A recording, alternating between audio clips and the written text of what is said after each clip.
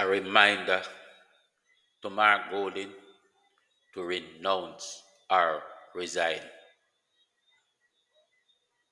Hey everyone, it's SkyWalker.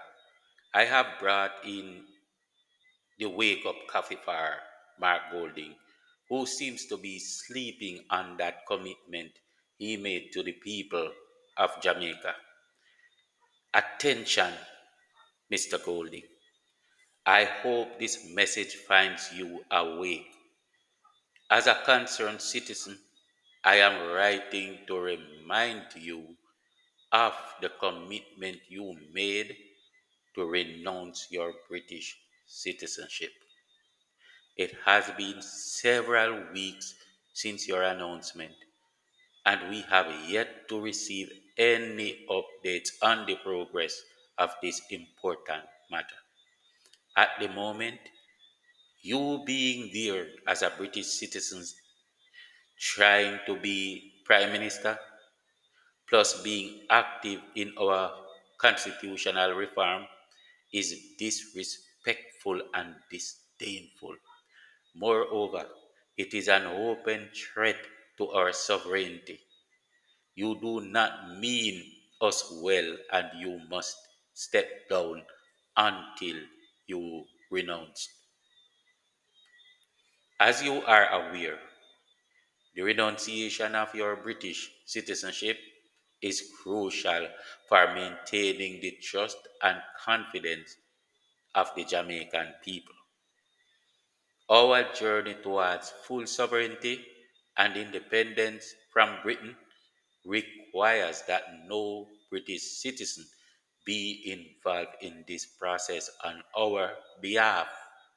The potential conflict of interest and the perception of divided loyalties are concerns that cannot be overlooked. What makes it worse is when you are going around all day, every day, making problems and gridlocking everything positive that you can get a hold on to gridlock. Everything that's positive, every doggone thing that we are doing, as long as you can get a hold on it, it's gonna be gridlocked. The most important being our movement toward constitutional reform, which was well agreed upon and went fairly smoothly with all parties sharing that same interest until you came along saying you didn't come from Britain, you came from Jamaica. The one British man and the only person who makes everything a reason to gridlock finds a problem in every darn thing. Why would we believe it is a coincidence, especially with you being an authentic British man from the same people that got us in this mess in the first place? I believe you will easily see why it would be easily understandable that we all distrust you. It would be foolish not to distrust you, at least under the circumstances and by the fact that your own behavior confirms that you are not on our side. You don't behave like you care about us, neither is there any good in your heart towards us, so that the greatest desires we have will be the one you gridlock the most. We understand that the process of renunciation may take time, but it is essential that you provide us with the facts of your renunciation or evidence that you are actively in the process of renouncing your British citizenship. Transparency in this matter is vital to ensure that the people of Jamaica can have full confidence in their leaders.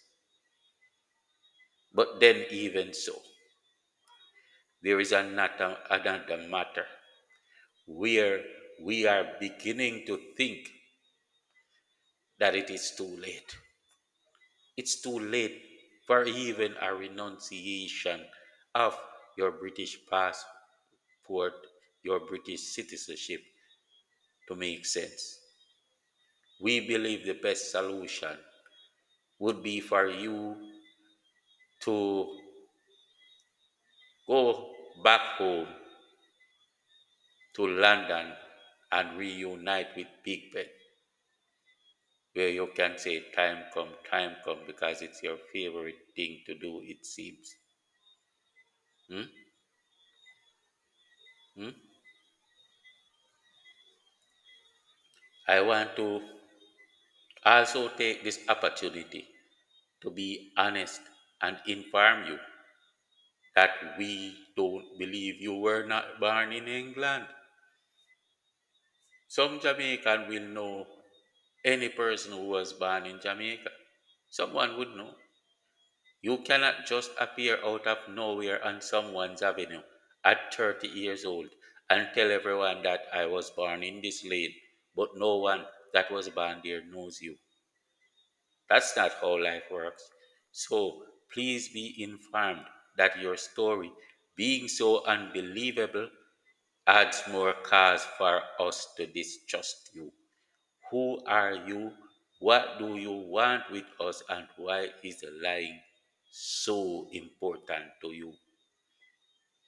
We don't appreciate when you keep lying to us. Almost every other word is a lie. Oh, Andrew is a thief. Oh, it's a lie. It's a lie. Illicit sex, it's a lie. It's a lie. Every dog and thing is a lie. We don't appreciate that, right? Why is lying so important to you? Hmm? I kindly urge you to present the necessary documentation or updates regarding your renunciation at your earliest convenience.